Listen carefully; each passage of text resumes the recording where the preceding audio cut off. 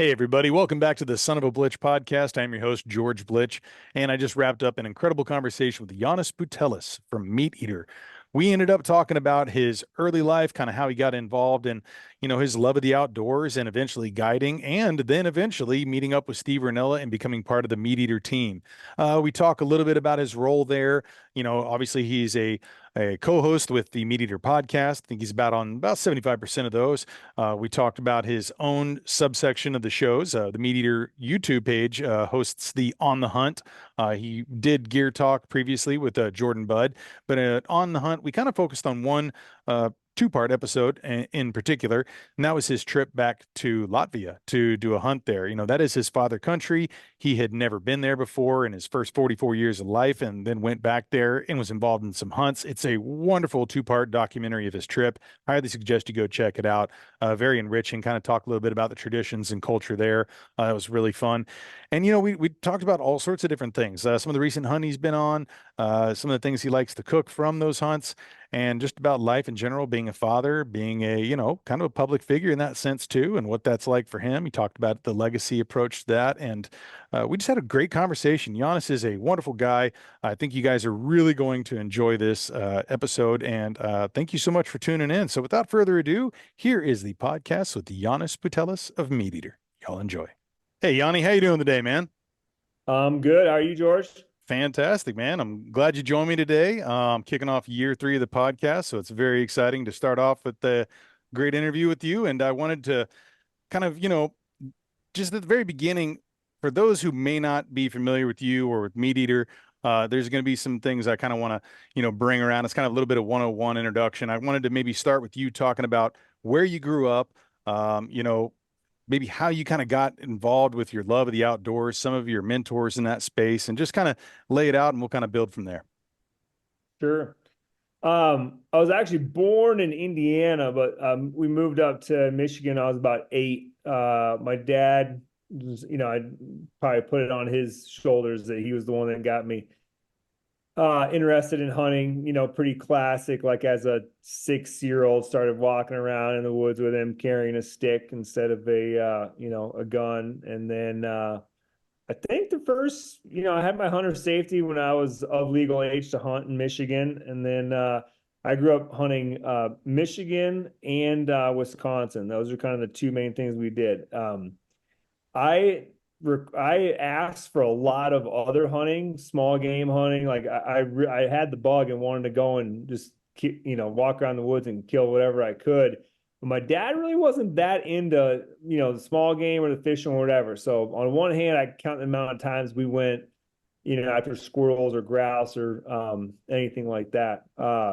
And like I said, it's weird because the angling, like his dad was a huge fisherman and built his retirement house on a lake and fished, almost every single day, if the fishing was good. And so it's kind of interesting that the fishing kind of skipped a generation. But yeah, so I credit him with getting me into it. And then obviously the folks that we hunted with, probably more so in Wisconsin. There's a little bit of a tighter group there. But I actually did an episode, I think it's called like Wisconsin Whitetail Roots or something along those lines. You can find that on the MeatEater YouTube channel.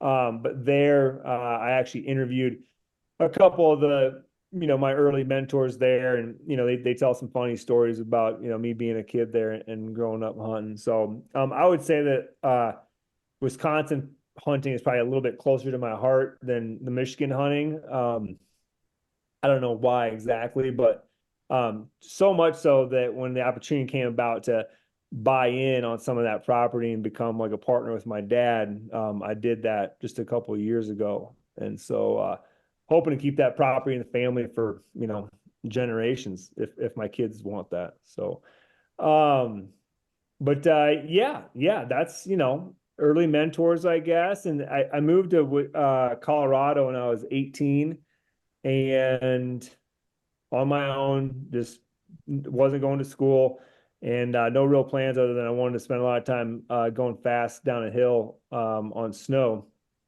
And there I met an outfitter who offered me a job. And I really wasn't looking to be a guide or anything, but it honestly seemed like a good way to make some money. Yeah. and really fell in love with chasing elk around in the mountains. And as much as I love sitting in a tree stand now for hours on end, I got no problem sitting dark to dark these days. That was something that I was like running away from when I left Michigan. And when someone told me out west that like, oh no, you can just walk all day, just keep the wind in your face, and like that's considered hunting here, I was like, oh, thumbs up, man. That sounds like my kind of thing, you know. So, um, yeah, that opportunity got me into guiding, and then I guided for I don't know 10, 12 years in Colorado, and then hooked up with my buddy Jay Scott and guided in Arizona a little bit, Old Mexico a little bit. And then, yeah, that took me to MeatEater. And I actually met Steve at Rinella from MeatEater through his wife. She and I went to high school together. Hmm. And I was kind of the only person that she knew that hunted and fished. And so when she would try to join the hunting and fishing conversation, which is a lot, happens a lot at their household, she would drop my name a lot. And eventually Steve's like, man, I better reach out to this guy. He sounds serious, you know? And so that's kind of how that got going. And yeah, here we are like 12, I think, yeah, Steve and I are 12 years in. So we've been yeah, we've been adventuring and making, you know, hunting media of one sort or another for a dozen years now. Well, it started out when you were in Alaska, right? And he was going there to do a hunt, and then you kind of was that your first meeting? Was you guys kind of in the field? Yeah, well, I mean, I was living in Fairbanks, and I Mhm. think, you know, they flew into Fairbanks. He had drawn a toque sheep tag. You know, that's a MeatEater episode. I think it's a two-parter. Mhm. Paul Neese from Vortex is with us, and we kill a sheep and a bear on that hunt. And yeah, that's the first time I met him is when they picked me up from my house there, and then we drove down to Toke and flew into the mountains for whatever it was, 9 day hunt, and had a good time, got along, and they had another hunt on the back end of that, which is when they take Tim Ferriss Yep. caribou hunting, and they begged and pleaded for me to go, and I really couldn't because my wife had an interview in Salt Lake City. So she was flying from Fairbanks to Salt Lake for an interview, and we had a 1 year old kid at the time, and so I was going to be at home with the kid. And I still to this day don't know what the producer said or how much he paid. But by the time I flew out of the bush, the producer's like, "Yeah, man, we got the go ahead. You're going caribou hunting." I'm like, "No way." And sure enough, my wife's like, "Oh yeah, no big deal. I'll just fly with a 1 year old from Alaska to Salt Lake and just drop her off at her friend's house, go do my interview, and then fly home so that you can go do this." So big props to her because that definitely, I think, going big 2 trips in a row like that, it sealed my fate, you know. Yeah. I wonder if she knew what was in store for you and your travels at that point, what can was opened up. Yeah, right. I don't know if she probably wasn't aware of how much I would be traveling, you know, 5 years down the line. But it hasn't that part of it. It's bad. Anybody that travels a lot for work knows, you know, especially when you have young kids. Sure. Because I think with like a spouse, it's no big deal because you're like, okay, how much time do we actually need together? I mean, nobody spends 7 days a week, 12 hours a day with their spouse. People that Right. do kind of, you know, tend to get at each other's throats. But I think when you have kids, you realize very quickly how much you're missing and that time is fleeting. And so when I am home, I'm very I feel very free to like cut out of work to pick up the kids at school at 3:30, or you know, cut out early to make sure I can make a volleyball game, or you know, help out on a field trip or whatever it is to spend time with them, and obviously make sure, you know, to be home for every breakfast and dinner. It's a top priority because my oldest is 12 now, and I mean, I feel like now when there's only like 4 to 5 years left when she's going to be living in our household, it gets real serious because you're like, well, what are we going to do with those 5 years, you know? Yeah, man. I mean, my oldest is she's out of the house, but our youngest is 11, and that we saw how quick time went with our oldest, and it's like, wow, man, it's those are fleeting moments, and you got to capture them and do as much as you can. I was kind of curious too. I know that you and your daughters and your wife too. I mean, I know recently you just went on some turkey hunts together. How long have you been bringing your family like into the field, and like when did your kiddos start kind of gravitating towards that? And are they all kind of gung ho into getting in hunting, or at least going and enjoying the land out there and being in the outdoors? What's that look like in that dynamic for you? Well, we started taking them out. I mean, there really is no time. It was pretty much like if it was turkey season and we had a kid, it didn't matter if the kid was 3 months old or 9 months old or 18 months old. Like we were gonna go, Hmm. and we have a kind of like a turkey camp that we do every single year in Montana, and we camp.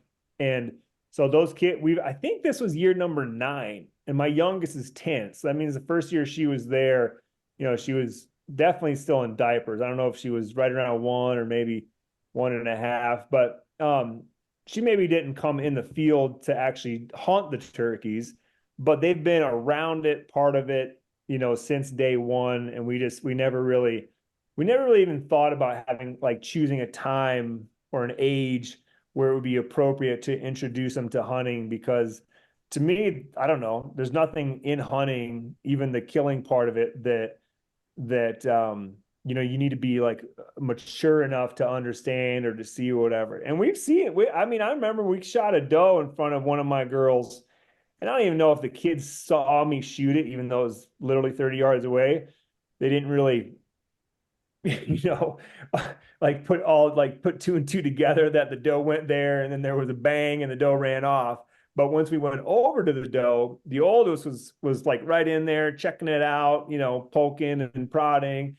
And the youngest, I mean, she was little, like 2, 3 years old. She had a kind of a standoff attitude about it, and kind of like stood off for a while, just kind of assessing, looking, and eventually, came over and checked it out. So it's I don't know what was going on in her head in that moment, but she was just being exposed to it, and it worked out well.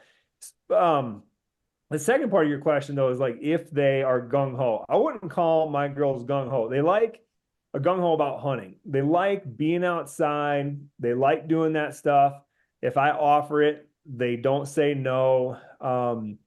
There is excitement right now to go back to our Wisconsin deer camp. My oldest has been there 2 years in a row now. This will be her third. My youngest is coming for the first time. There's excitement about all the hunts that we have planned, but I know that my peers have, boys that are saying, that are the peers of my kids that are beating down the door to always be going and chasing and killing something, and it doesn't matter what it is, or to be just shooting guns or shooting bows. And for me, I'm definitely like having to offer it like, hey, do you guys want to go down to the range and shoot the 22 pistol, or should we go shoot our bows? Rarely do I just come home and like they're in the yard flinging arrows. So, gung ho is relative, but I'm happy with where we're at. I mean, Mike, I don't need them to be, outdoor assassins when they grow up, but I do want them just to be lovers of the outdoors, and enjoy spending time out there. And hopefully, we'll get to do activities like this until I die. That's my goal. So, does that answer your question? Yeah, man. No, absolutely. Absolutely. I'm always curious about, that kind of dynamic with kiddos and, how people bring them in. I mean, I remember seeing lots of different videos of friends and, someone like Mark Henning who's they got their kiddos, like with all the snacks and all the coloring books and, get them in there and kind of engage them at a young age and kind of walk them through it. And, I'm the same with mine is kind of get them out as early as I can and expose them to it. And, not force their hand, but, hopefully that's like with gentle prodding, they're enjoying it and kind of continuing that Mm-hmm.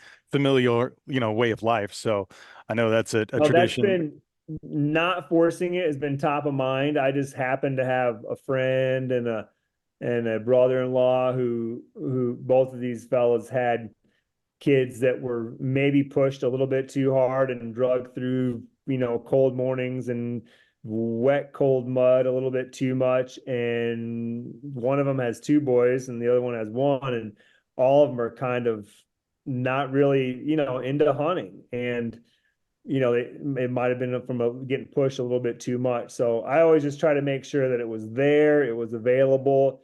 And then when they do, show any interest, I'm like, all right, all hands in, let's go.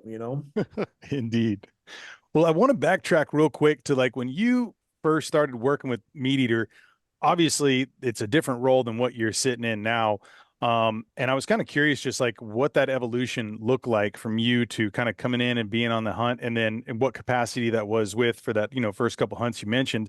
And then, eventually you're executive producer, director for the show. I know the show is kind of in a different form and format than maybe we've seen in the past. And I kind of just was curious how just that evolution of your role and exactly how you would describe it now to others who are, maybe listening for the first time.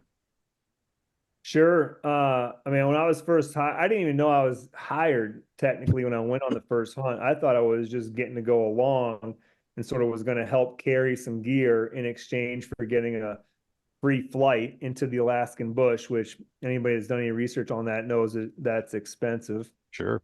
And we had been there for a year, and I hadn't really been into I mean, we had done some hiking and some touring in the car, but I felt like I hadn't really explored Alaska to that point because I didn't have $1,000 just to get my butt flown into some remote lake.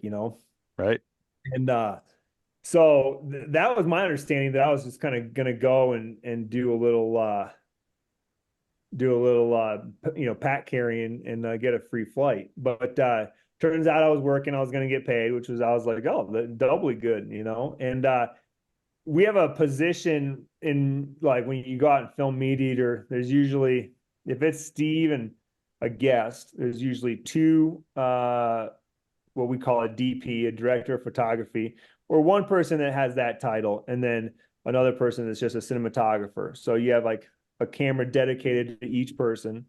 And then there's a long lens person, which, their job is to basically, make sure you're getting the long lens of animals and getting that kind of stuff, and also shoot a lot of landscape and B-roll and time lapses and whatnot. Then there's a position called the producer who's sort of running the show, and that's everything from logistics to also sort of in the field directing. And then sort of the bottom rung, the guy that gets or gal, we've never had a gal hire for this spot, but the bottom rung is what we call the WPA, which stands for Wilderness Production Assistant.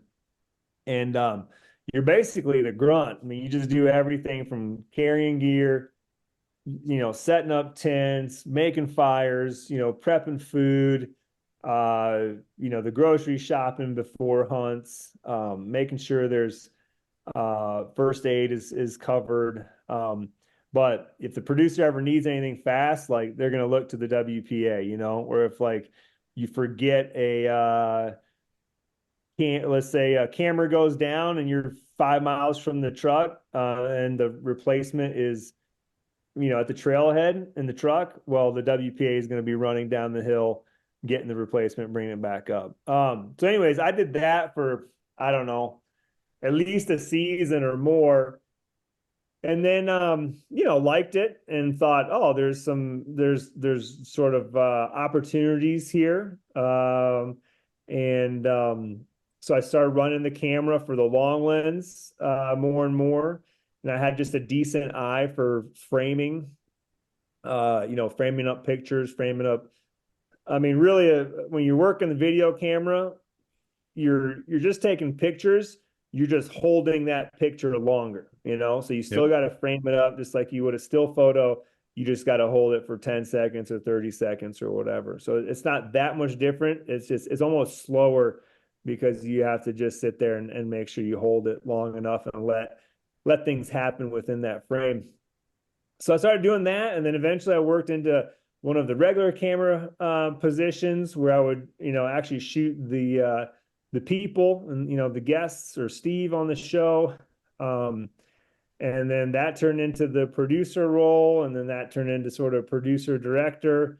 And I can't even tell you exactly how many seasons I did, but there came a time eventually where after MeatEater Inc. was formed, where the company felt like, I guess it just as a personality, I had gotten big enough where I should just do my own show and not work as, on the MeatEater show anymore. And so I pretty much have left working on that show, unless I show up as a guest, which I still do. I don't know, maybe once a year or so. But for the most part, I just film, produce, my own show, which I'll do, 5 or 6 episodes of annually, and and just doing that. So yeah, Is that that On the Hunt? yeah, on the hunt. It's had a couple different names. It was like MeatEater Hunts with Janis Putelis. Right now, it's called On the Hunt with Janis Putelis, just because of YouTube algorithms and whatnot. People are always toying with, what's the best way to title things that go on YouTube, right? Does it even need to be within a series? Does it need to be connected to a certain host? What are the important things? But I do know this, like anytime you drop in like mountain lion or bear, that gets a lot of clicks. Well, you also doing Gear Talker. Is that going to be coming out for another season with you and No, Jordan, or is so that the put to Gear bed? Talk podcast, it didn't quite produce enough views or downloads for us. It's a bummer because it was fun. Jordan Mhm. and I had a lot of fun doing it. I think a lot of people liked it. It was educational. It's a tough thing sometimes when, just being as big as MeatEater is now, everything that we do is just held to sort of a higher, not really standard, but a higher volume. Like you need a minimum amount of looks, views, whatever it might be to call it successful. So I think that I'm not going to mention any specific numbers, but I would bet that our podcast that we did had 4 times the volume of the average, if not even like outside of the MeatEater network, any other podcast, we were probably doing 4 to 5, 10 times the volume in downloads. But in our network, it just wasn't quite enough to cut it. So we're working on, what's going to come next as far as podcasts for me. But just haven't really landed on, the exact formula that we want to go with. So Sure. we'll see. Well, I wanted to kind of focus on real quick one of well, it's a two-part episode with On the Hunt where you go back to Latvia, your father country, right? And this was actually the very first time that you visited the country, even though, your grandparents, they came from there during World War II. And, there's a lot of the family history. I know you talked about in this, I don't want to kind of go word for word for what it was, but basically for those who want to watch this series, I highly suggest you do the two-part series. But you talk about how you grew up in a very, Latvian was your first language, and you still went to summer school every Saturday, growing up, and that culture was and that tradition was very enriching in your life growing up. And then you finally go and visit. I was curious, one, what was there a reason why it took so many years for you to go back? And did you, when you go back, obviously the focus is on you, and we can kind of talk a little bit about what all you went and did there in the hunt and visiting friends and family. But I was curious if also any of your family members came with you. Is this something that you went on your own? And if you can maybe just kind of lay out that trip and how that came about. Sure. Um, the short answer for why it took 44 years to get over there would be, life got in the way. Um, I became a hunting guide, right, Yep. or a fishing guide, and just those two occupations don't necessarily always pay well enough where you're going to be taking a couple of weeks off to go to Europe, right? Sure. But you're doing it, it's a passion. But yeah, with with the start of On the Hunt, the show, and me having to host some episodes, coincidentally, the timing worked out where a gal who writes the only hunting magazine in Latvia, she had reached out to me and we had done a podcast. She had seen me on MeatEater on Netflix. We did a podcast together. And so when I, was starting to think about going over there for a hunt, I had a great connection. And then she was able to connect me with other people and kind of, put the whole thing together for me. Um, I did not bring any family on this trip. Thought about that, but then really thought, it'd be nice just to be there by myself for my first time and just be able to sort of without other distractions, soak it Sure. all in, experience it. And so that was 2 years ago. And so just coming up here in about a month or so, I am bringing my whole family over there, and we're going to spend a couple weeks hanging out in Latvia, and we're going to celebrate the summer solstice there. We're going to do a little bit of roe deer hunting, and just general sightseeing and whatnot. So yeah, they're going to get to experience it, and yeah, it'll be interesting to see, what kind of impact it'll have on my girls. I think that they oh, what's the word escapes me. Growing up, I really identified, like I almost had two lives. I had my Latvian social life, Latvian school life, Latvian camp life, and then I had, hanging out with all my American friends. It's not quite that much for them, but I think they still have enough of an influence where they feel somewhat Latvian, Uh-huh. and we'll see what this trip over there will how it'll affect them. So we've been brushing up on their Latvian skills, the language recently. So yeah, I'm looking forward to it. It'll be a good time. Was that something that you were practicing with them when they were young? Was Latvian something that you were teaching them from a young Yeah, age? I did a much better job when they were young. I was pretty on top of it until I'd say the oldest was 5 or 6. Like even when I was at my in-laws, in North Carolina, I would still only speak Latvian to the girls. And again, man, no excuses, but just slacked off and kind of let it slide. And it's it's tough when you have a only one parent in the household can speak the language. Because otherwise you could just, you could barrage them and it would be easy. Sure. But when it's only one, it just gets difficult, and people just, it's easy to opt out towards the easy answer as opposed to always trying to be, hammering that away. So they can grasp, a lot of it, if they're just listening to a conversation and they know the basics, but I would not call them fluent by any means.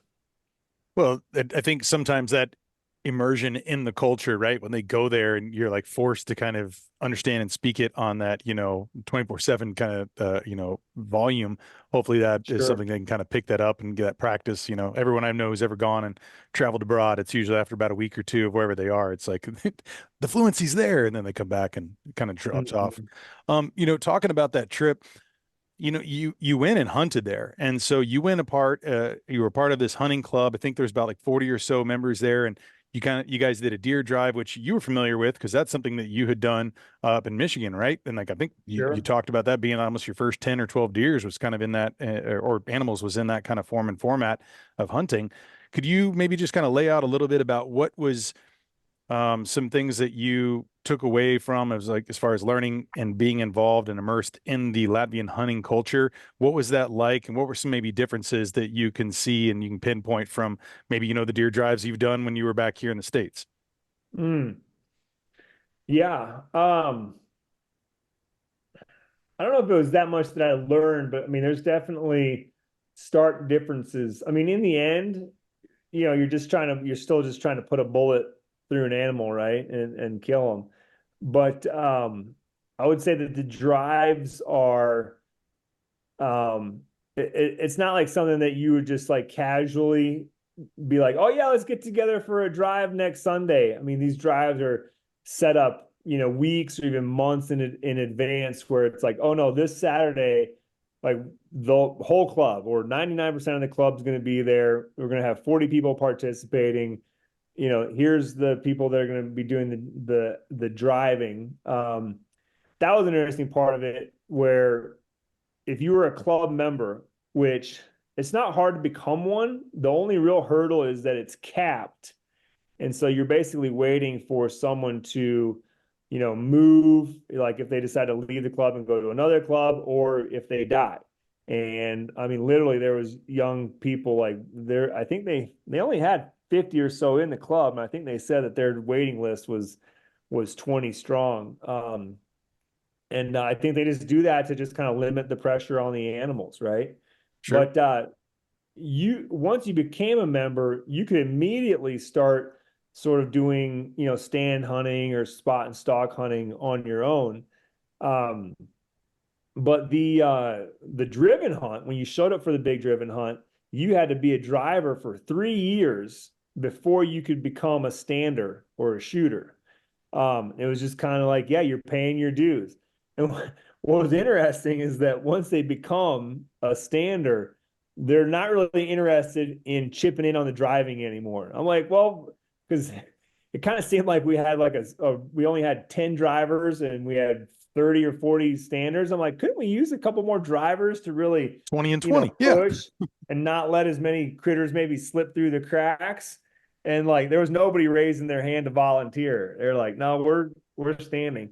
The difference is there too. I know growing up when we were driving, the drivers themselves would often have good opportunities at taking an animal, and a lot of times it can be a mature buck because they're the ones that are slick enough to try to double back and try to sneak through the line.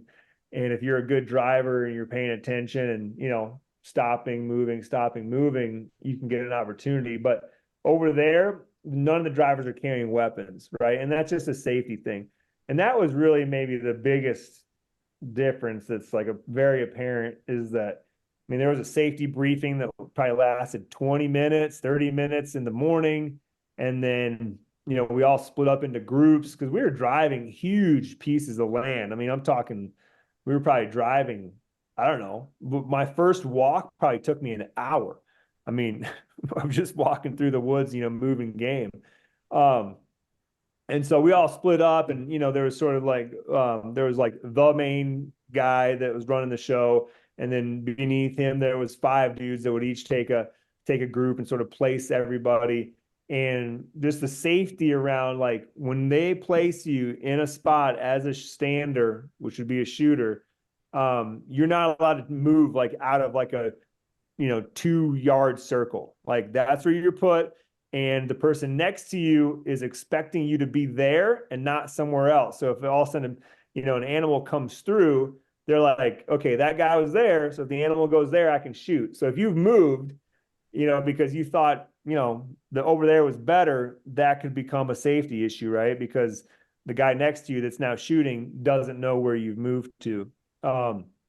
So yeah, the safety was big.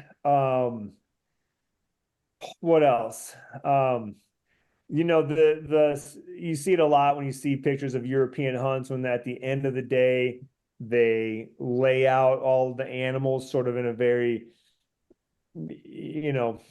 I don't know how to say it, but I mean everything's laid out in like rows with all the species kind of lumped together, and it's usually done from biggest to smallest.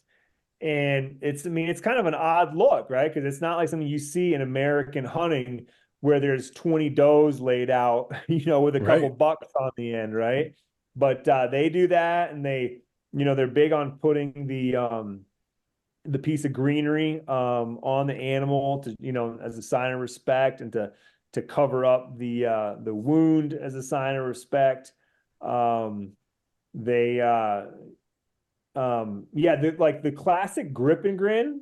I mean, I think it happens, but it's not quite as, as important as it is here. Like we did it briefly with the animals that were taken, but everybody was more worried about really making that group picture with all of the animals, like making that look as good as possible, because it is a group effort, and that really rolls right into then what happens with the meat, which was interesting.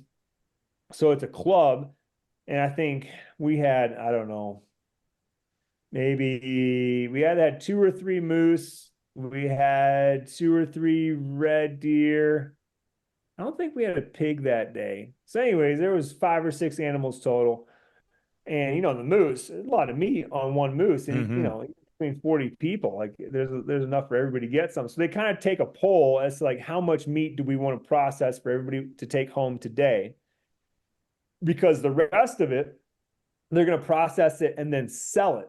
And then that money that they get from selling that meat just goes right back into the club, and it's used for whatever, building renovations to, you know, feeding animals in the winter if they do any of that, to setting up bait stations or fixing a shooting tower, whatever it might be.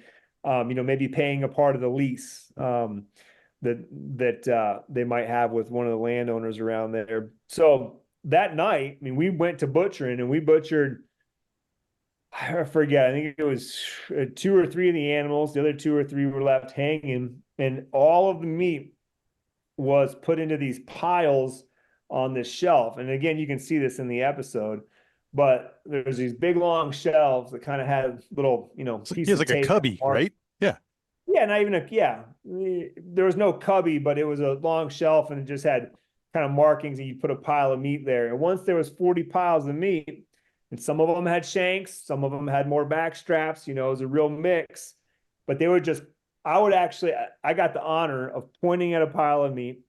Somebody would read a name, pick a name off the list, and that person would come up, put their pile of meat into a meat lug, and then walk away and do whatever they're going to do with it. I'm guessing put it on ice and put it in a cooler or whatever. And we basically did that. And it was a very like, some people would say sort of a socialist style of dealing with the meat, because it was like everybody that participated got equal amounts. Just because you're the guy that shot the moose, you weren't getting the backstrap, you weren't going to get the heart.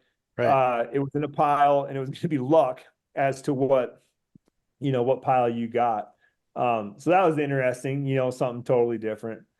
But I'm trying to think what else was really different about it all. Those are some of the main points. I really enjoyed, midday, like after the first or second drive, we all met back up and had there was a big like cauldron of soup going. And we basically, everybody had a couple bowls of soup with some bread. It was kind of a wet, rainy, cold day. And everybody hung out, and chit chat. I was talking about the morning hunts. And then went on. What was cool later is that it took a long time, but almost every single person that participated had the opportunity to stand up. This was after dinner, and recount their story of their day. Because 40 people, I mean, you might be a mile away from other people that are still involved in the same drive, but you don't know what's going on. Sure. And so yeah, people would get to stand up and sort of, even the people that just were driving, and just talk about, the encounters with wildlife they had. I mean, I had a giant, not giant, but like to me, it looked big. This red stag, or it's a red deer, but a stag, the male, came right by me at 20 yards with a dog, like 20 yards behind it, just pushing it. And it was very cool to see that, right? It's like, oh, that's how it works when a dog's chasing a red deer, Um, but yeah, everybody got to tell their story. The guys that missed shots had to tell their story before the guys that were successful and made their shots. And we had a couple misses. It was funny, to hear those stories. Did everybody give him a good ribbing? Was it like kind Oh of yeah, oh yeah. yeah, oh yeah. Now, I was curious, did you ever make it to the Putelis Tavern while you were there? I did not. That is on our list of things to do while we'll be there while we're there this summer. But I did not make it 2 years ago. Well, it seems like it'll be good with the family there. That's a good Oh, trip. Yeah. 100%. So I was kind of curious, talking about hunting, is like, what is something that, you've been looking forward to here, but in the fall, what are some hunts you got going on? But, since we're still kind of at that turkey season, I don't know if it's fully ended for you yet at this point in time, but I just wanted to kind of hear about your turkey season first, then we'll kind of move on. How's everything been going? Where all did you hunt, and what kind of success did you get? Yeah, I've had a wonderful turkey season. I got to kick it off in Mississippi, hunting. Steve and I do a charity trip, where we raffle off a hunt that we just sort of participate in, and we've done it in at our buddy Matt Cook's place in Michigan a few years, and then this year we did it at the Sledge sort of family compound in Mississippi. And it's through the TRCP, and we basically raffle off the spot for somebody to come with a friend of theirs and hunt with us for turkeys for 3 days. I had never hunted in Mississippi, so I'm like very casually, slowly trying to kill a bird in every state. So got to hunt Mississippi, had a great hunt, ended up killing bird on the last evening, like at 5:30, which is one of the latest birds I think I've ever killed. Normally, the evenings aren't known for good turkey action, but I Sure. was able to get four gobblers fired up and called them in and killed one of them. And then I think from there, I did a hunt with my dad in Wisconsin. We were successful there. I did a Montana hunt, my annual family hunt with my kids in Montana, and both my girls killed their first birds. The oldest killed the Jake, the youngest killed the gobbler. Wasn't It was hard hunting, like they weren't playing ball well, so we kind of had to bushwhack both of them, which is fine. It's great. My kids are just old enough where they're starting to make their own decisions and their own moves about how to deal with, a hunting situation, or like in the middle of a hunt.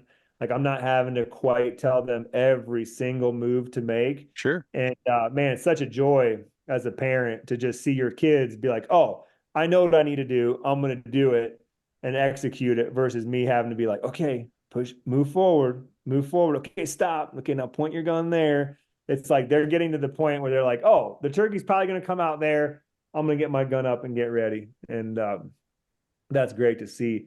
And then I finished off my season. I say finished. We have a few weeks left. It goes till the end of May here. So we might get out another day or two in Montana. But I finished off in Arizona last week. I drew a Gould's turkey tag, which was way cool. And got to hunt in the southeast part of the state. I mean, there's only so many places that Goulds live in Arizona. Right. I think they have somewhere between 1,000 and 2,000 Goulds turkeys in the state now, and they have approximately 80 tags. So I was very, very lucky to draw. Feel very fortunate, and had a super fun hunt. I mean, with only 80 tags and that many birds, like they spread the pressure out. I never saw another turkey hunter, and the birds, were totally playing ball, and it's cool to hunt in country that's just super dry, super rocky. Like the flora is totally different, than when I'm used to hunting turkeys in, and rattlesnakes cruising around, just way way different, than hunting the eastern in Mississippi or Wisconsin. So yeah, I got my Goulds, which turned me Nice. into I believe that makes me a royal slam holder, which means I've killed, the five subspecies of turkeys that are on our continent. Nice. I'm not. Congrats. Yeah, there's that other one, that oscillated bird that's down there in Central America, and I'm like, I don't know. I would go for the adventure, but like the thing doesn't gobble. You don't really call it in. I don't know if that's really like a bucket list item for me to go kill one of those oscillated birds. But anywho, yeah, so great turkey season, and obviously the highlight was, get my girls on some birds, Yeah. and they're itching for more. They're saying they want to do another day or two, so that's a real win. But we also have till June 15th for bears here, and I have not taken a walk with my bear gun yet, and I'm definitely going to try to get in a few of those uh, before the season's over. I've yet to kill a bear. That's not true. I killed one in my yard once that Mingus had treed. It was a problem bear that was eating some of our chickens, but I don't really count that as a hunted bear, Yeah, it's more of a nuisance hunt, right? Yeah, totally. It was just basically a, assassination. Well, you posted some pictures that you had taken, I guess, with your multi-mobile camera there of the basically a kind of a semi pond that you developed. You dug out, you had kind of water that's it's filtered in there, and you ended up having a picture. I think it was like four or five fairly good sized bear that are over at the property there. Is that the ones you're talking about maybe going after? Is that during that season that lasts, or is this a separate season than Montana? No, yeah, so Montana is just general bear season. Most units goes till June 15th. I Mhm. don't think Wisconsin even has a spring season. I'm pretty sure they don't. It's only a fall season. Most of it's done baiting. I think you can stalk around the hills a little bit, maybe try to catch them feeding, on some oaks, on some acorns somewhere. So I'm mostly talking about going spot and stalk hunting here in Montana. Yep. Although I've been applying for years for a tag in Wisconsin, and I finally drew this year, which is a little bit of a surprise. I was mostly just putting in to get a preference point, and so I have the tag. Um, and I don't know, we'll see. It just if you're gonna bait, like for me living in Montana, I'm gonna have to pay somebody, Sure. to do the whole bait thing, and that's not, cost money, right? So Yeah. um, I don't know. I mean, it'd be fun. I mean, like I said, I love sitting in a tree stand, and I think I could, in Wisconsin, sit over a tree stand for a week over some bait and see if a bear comes in. So, but I was telling you before we started recording, my dad's gotten lucky, I think, drawing this tag 2 or 3 years in a row, and they've been putting a good bit of effort into baiting, keeping 2 or 3 bait sites going, and then hunting. And I think the season opens about the middle of September. And him and his buddies just like it just seems like as soon as 2 days before the season opens up, the bears just vanish off our cameras. And I don't know where they go or what they're doing. But they kind of leave the baits and yeah, they're just not that into it. So we'll see. But it's an option. It's an option. I hate to leave the mountains in September because I love hunting elk. Sure. But with the bear tag and a healthy population, I mean, I don't know. I have fun hunting anywhere for about anything. So we'll see as time gets closer. If you had to pick a favorite, if you had like a choice to go on one hunt, it's like it's your last hunt. What would that Mm. be? What is the thing that you like to hunt? And is that tied into what you like to eat from the hunt? Or is it just something about that hunt that you love being out in that particular set of elements? Man, it's a complicated question, so I'm gonna give you a complicated answer. Uh, because if it's like you only have one hunt left, you're gonna go and do. I'm gonna go do some crazy mountain hunt for mountain sheep. Yep. On foot, covering big country, in big country, living out of a backpack. Like that to me is sort of the ultimate adventure. Hmm. It's taxing physically, mentally. There's a lot of unknowns. Like I like that.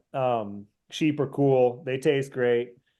But that's it's a very expensive hunt. I Sure. got lucky, drew a sheep tag a few years ago. More than likely, I'll probably never have another sheep tag in my life again. Even though I will continue to play the game, I'm gonna have to have some luck to get another tag. So, man, it would probably come. It's a tough call. It's right between like archery elk and springtime turkeys. Both of them, I like them because I get to interact and call the animals. Um, and, you know, the bull elk is just a bigger, more powerful animal. So those things at 30 yards bugling definitely have a little bit more impact on my heart rate than a gobbler at 30 yards. That being said, those gobblers still get me really excited. And it sure is nice when you knock one down that you can just sling it over your shoulder and walk out of the woods. Where, when you knock an elk down, you're like, all right, now the work starts, who can we Sure. call? Indeed. Um, so, but Yeah, man. Yeah, those turkeys and those elk. That's definitely where my heart is. I don't Well, know. It's hard for me, man. Like yeah, I said, I love hunting it all, and that's I'm a Wisconsin landowner because I love sitting in a tree, waiting for a big white-tailed buck to walk by too. So sure, sure. Well, I was kind of curious too. I mean, you got some fresh turkey in the freezer. I'm sure that there's all sorts of things in your freezer from your hunts and whatnot, but I was kind of curious, what are some of your go-to wild game meals you cook with your family? Do you guys have some things earmarked for your turkey? And then also have you checked out Jesse's The Turkey Book and getting any ideas from that? Kind of what's on your plate for the next few months of maybe some things you're going to be cooking. yeah, I have checked out his book. I haven't done a recipe out of it yet. Yeah, I'm looking at it right now. It's over there on my bookshelf. Jesse's, you got to like really not all of them, but there's everyone that I'm like, oh, I want to make that. I'm like, oh, I need like a whole Saturday to get that one prepped up. Our most of our turkey, my kids love making schnitzel out of the breast Hmm. meat, and they will not have it unless there's a wedge of lemon. Like they feel like those two things go together. And if you serve schnitzel with no lemon, they're liable just to walk away from the table. The legs and thighs, are usually braised down. Sometimes I just do some in just a very plain stock just to have it braised down, and then I can kind of do whatever I want with it once it's cooked. Hmm. Sometimes I do more of like a, Mexican green chili kind of a flavor. Um, but whatever it is, it's like I like to when I say process, kind of like get the meat cooked and off the bone, kind of shredded, and I'll freeze like pound packages of that shredded turkey leg meat. Yep. And then we can put it into, like I said, like a green chili, some other soup. You can make tacos, burritos, that kind of stuff with it. Sometimes we'll sort of just crisp it up in a pan and put it over a salad. So a lot, I mean, we try to have 10 turkeys in the freezer. And I don't know if I'm trying to think. I killed three, the girls. So we're at like six right now. So it'd be good to at least get a couple more. But that way we can kind of eat one a month until next turkey season shows up again. Wise. Um, Like it. and big game. I've kind of been hot lately on, I've got kids and they're like that age where they're busy kids. And so dinners, often are like, how easy can we make it? So I've been on a kick where I've been making, pretty plain Jane Italian flavored meatballs. But instead of trying to fry them in a pan, I'll make sheet trays of like 30 per tray and I'll make, 200 in a sitting. We're actually going to do it here tonight or tomorrow. And instead of trying to fry them in a pan, which like makes a big oily mess, and it's hard to kind of keep them round when they're in the pan, instead, I just stick them into the oven under the high broil Yep. and give them about 10, 12 minutes. And man, they come out perfect. And it's way faster. Like, because I kind of lamented sitting around rolling meatballs in a fry pan. And I know that that's the traditional way. They probably taste better. But again, where I'm at my stage of life, it's like fast is best. And again, I can make 200 of them in one night. We can eat them that night, and then I'll vac seal them in, 15 to 20 per package. And then anytime you want to have meatballs and spaghetti, it takes 5 minutes to thaw them out and cook them. So been doing that a lot lately. I've actually got a like I don't even know it could turn into a chili, could turn into a stew. I've basically got like the neck of a coos deer that chopped up into, you know, not quite half-inch cubes, browned it, stuck it in the crock pot with I think like a can of like a brown beer, couple cans of tomatoes, and I quickly fried up like two pieces of chopped up bacon and put it in there and just let that go overnight. So now I've got a nice base, I've got some tender meat, and I could go all kinds of directions with it. It can go, more into a stew direction with some carrots and potatoes, or I could take it into more of a chili direction with obviously chili seasonings and some beans maybe. So yeah. So, Bird, I mean, I don't know. It's around here, it's pretty much, unless we're out to dinner, it's every night. So once a week, we're eating like a basic wild game steak, which is usually just pan seared in an iron skillet. And then sometimes if I'm feeling it, I'll make a little sauce for it. Other times it's just served as is with the pan juices. Um, that's like a weekly staple. And there's usually like a starch and then like some vegetable on the side. Uh, yeah, I don't know. That's about yeah. I could keep going, but that's those are a lot of our staples that I'm working with right now. nice. Well, and I Yeah. was curious too. I remember reading that, you spent a few years in a professional kitchen. I was curious, what capacity was that? Were you a cook? Were you a chef? Was this something that, you're kind of using all those skills now in that same way? What was that like for you? And what era of your life was that when you were working in the kitchen? That was ages it was right when I moved from Michigan out west. So I was 19, 20, 21 were Okay. probably my years in the kitchen. And then I stayed working in restaurants, but I went to the front of the house because the money was just Yeah, so much easier and so much better. Um, but yeah, man, I'm very thankful to have that 3 years of experience it was a busy kitchen. It was a kitchen where the chefs like gave a shit about making good food, and like all of our sauces were made from scratch. We did like it was Italian-y, what do they call it? Contemporary or, Italian American fusion. So there was, a lot of plenty of Italian, but the marinara was made from scratch. The chicken stock was made from scratch. All of our cream sauces were made, usually on the fly in the pan from scratch. And just learning how to work fast in a kitchen under stress, when you're serving 400 plates a night. sure. It was a great experience. And yeah, and then just all those, and same thing, similar to the path in MeatEater. When I started there, I was like working the salad station, and you learn how to make Caesar salad dressing, right? And then you start frying stuff. And then from there, we had a wood burning pizza oven. And so I worked there for a while and then moved over to the grill and then the pasta station and then worked as the expediter. And, all that stuff is good experience. And yeah, it definitely, I wouldn't say I was never a chef. I would just consider myself a line cook.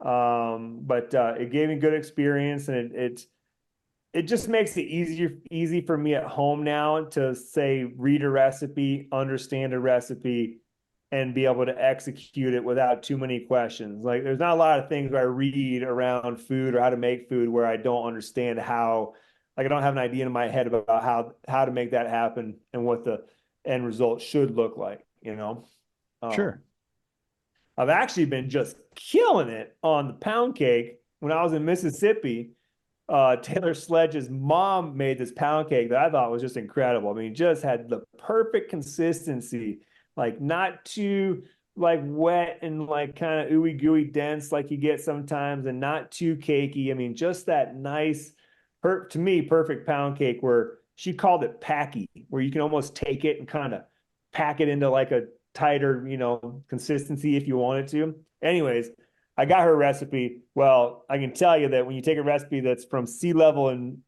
Mississippi, it doesn't translate to 5,000 feet in Montana. So I've been tweaking it. I'm probably on like my 10th or 12th, attempt, and it's getting there. It's good. The kids are eating it. But yeah, I've been on a real pound cake roll. I consider it like a superfood. I mean, it's so simple. It's like butter, sugar, flour, eggs, and then you add whatever little bit of, flavoring, whether it's vanilla, lemon. Some people put some, those like fancy boozes into it if you want. But like as far as like a trail snack goes, it's great, man. I mean, you're getting like all the things that you need, while you're active. I've been running a lot lately, getting ready for a big race here in June, and that pound cake's fueled a few miles for me for sure. Nice. Well, what race are you doing? I know you've been doing some serious training over the years, and is this something that's Yeah. kind of a little bit more newfound for you, or is this something you've always kind of done, and we're just maybe seeing it a little bit more now on social media style?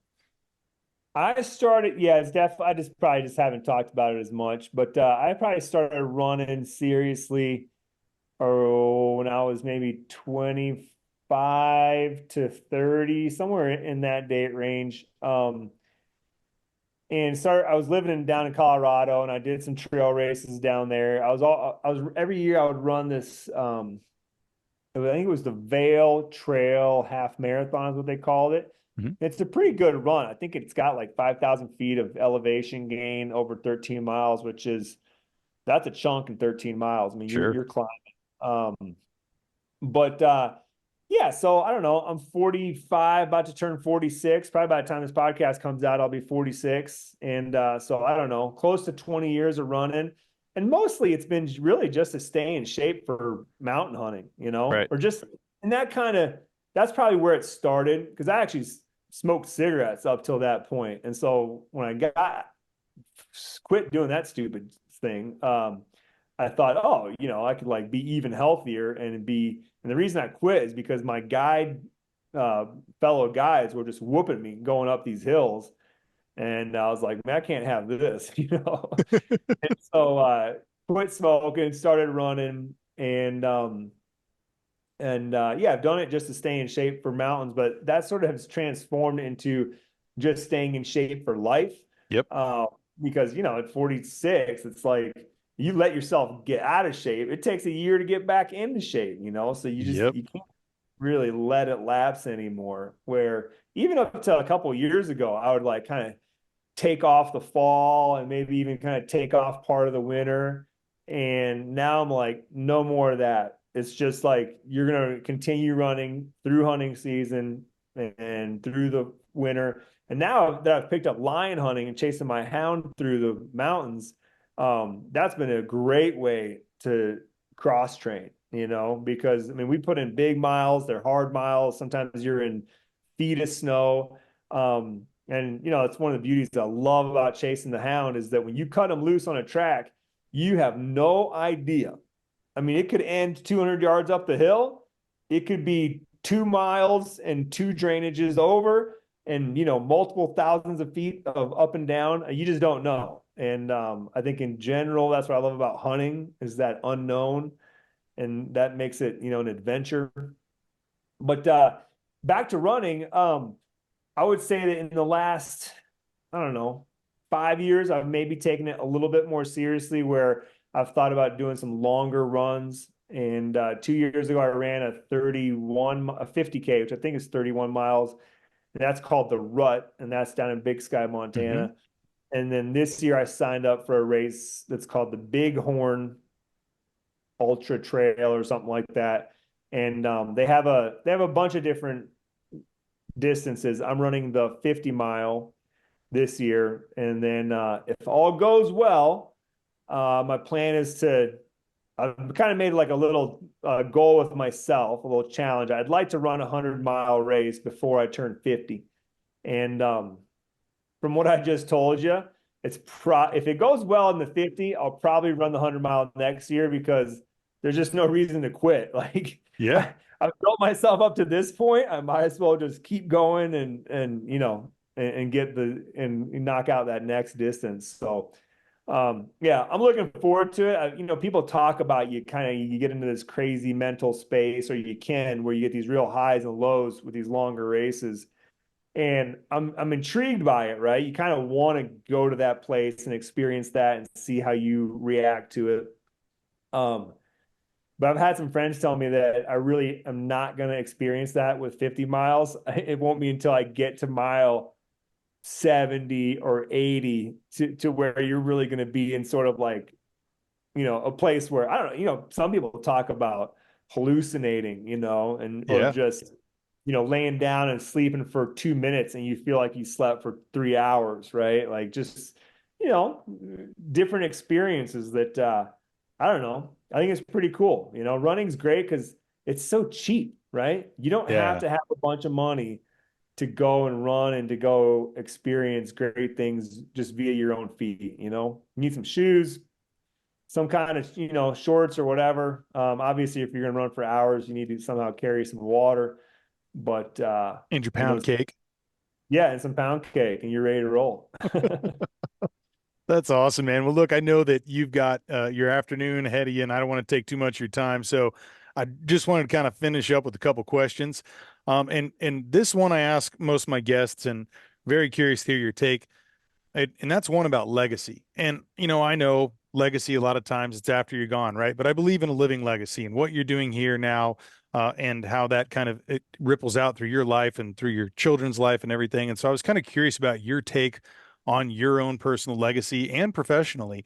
What is it that you hope that you are having people remember you now and, in the future, by your actions, by your experiences, by your teachings, by everything that you're sharing in your life? Because obviously, you've reached a lot of people, millions of people every year, tune in to see you, to see Steve, to see, everyone else a part of the team. And, I was just kind of curious how you take a look at that, and if that's something that you kind of consciously think about in a day to day. That's a good question. I like the very end of it. It is not. I've never really been, even when I when I first met Steve, one of the first things he said to me was like, "Hey, if you're interested in having your own hunting show, we could like make something like that happen." And I'm like, "Nah, not really interested in that. I prefer to stay under the radar." And it's like, well, here we are now. Um, and so yeah, I don't know. Maybe I'm too young to be thinking about sort of like a legacy. I mean, if you're talking about a living legacy, uh, right now, I would like my kids to feel like they have a really great dad that's trying to do the absolute best he can for them to make their great childhoods and to give them what they need, a good base to turn into good adults. You know, Kind of like hope my wife feels the same way, that she feels like she's got a good partner to get through this adventure together with. Professionally, it's tricky, man, because we do what we love. It's a super fun job. We make media, a bunch of different versions of it. We get a lot of thanks for what we do, and a lot of people tell us that they're affected. Sometimes it's hard to really for me to connect those two, because I don't know. It's just like, oh, I'm just out here talking about hunting, but somehow it really positively affected you. But sometimes it's hard for me to make that connection, if that makes sense. So I'm happy that that's happening for people, and the if I can help make the world a better place by getting people involved in the outdoors, putting a smile on their face, then that's a win-win for me. Um, so yeah, I hope that just overall there's a net positive for my being here on this planet versus a net negative. Pretty simple. Well, it's definitely a positive, man. I mean, I know a lot of people, hunters and non-hunters alike, who have definitely been influenced by you, and by MeatEater, and kind of learning and maybe even adapting into a new lifestyle that they hadn't before. And so it's kind of neat to see that kind of transition, and what you guys stand for, all the things you've been doing, whatever it's conservation, land access initiative. There's so many different things you guys bring to the table that I feel is a huge positive. Obviously, I think you're a hell of a guy, and I appreciate everything that you're sharing out in the world, and I appreciate you taking the time to come here and chat with me today. And for anyone else who's ready to follow, and maybe if they don't already, follow you on socials, or find out the website. If you can just go ahead and plug where people can kind of see what you got going on, and maybe some of the YouTube shows that you have with on the hunt and things like that, and where people can join. Yeah, totally. So, my personal stuff is really mostly just found. If I'm going to do social media, it's going to be Instagram, which is my name, Janis_Putelis. And Janis is Janis_Putelis. And otherwise, I'm on still probably, I don't know, 75% of the MeatEater podcasts, as a co-host there with Steve and the many other co-hosts that we have on the MeatEater podcast. So you can hear me chatting there a lot of times with all the great guests that our podcast producer Corinne comes up with. Um, the show is called On the Hunt with Janis Putelis, and that's found on MeatEater's YouTube channel, alongside the regular MeatEater show, and all the other great shows that we have. Cal's show, I think it's Cal in the Field. Spencer Newhart's done a cool show called Pardon My Plate, which was really fun to watch. We've got deer hunting stuff from Wired to Hunt, Mark Kenyon, Tony Peterson, the Element guys. Um, who else? Oh, not to forget, I mean, back in the podcast realm, Clay Newcomb's Bear Grease, Brent Reeves's This Country Life. A lot of great stuff. Whether you find it under, the MeatEater Podcast Network, or go to the MeatEater YouTube channel, and you'll see. And a lot of the podcasts now are video feed as well. So if you like watching, the conversation, you can do that on YouTube as well. Um, so yeah, um, everything MeatEater in the MeatEater universe. And if you happen to come to Bozeman, you can come to our new flagship store right on East Main. Yeah, that just opened Right last down. month, right? That's right. That's Very right. exciting. Great place to try on, touch, and mess around with all the First Light gear. A lot of MeatEater merchandise, hats, t-shirts, hoodies, that kind of stuff. And then a smattering, I would say, of outdoors goods where, if you're in a pinch and you need something to make it out into the woods to go hunting, all besides like ammo, rifles, bows, arrows, we're not carrying those kind of goods, but the stuff for your body, binos, knives, and sleeping out in the woods, we got you covered there. So it's a cool experience. There's a bunch of cool mounts in there, a lot of MeatEater type memorabilia, antlers that like the moose my dad shot in Alaska 6, 7 years ago, which is a real crowd favorite of an episode. Oh yeah. Uh, that that moose is in there. Steve's big moose from last year is in there. Nice. Uh, but yeah, so it's a cool spot to go check out if you're in Bozeman. Yeah. Well, I definitely plan to come out there and visit, man. I want to check that out in person, say hello to you guys, and definitely get together again sometime. But again, Giannis, thank you so much for joining the podcast, and thanks for all you're doing, man. I really appreciate it. Yeah, thanks for having me on, George. Cheers, man. We'll talk to you later on.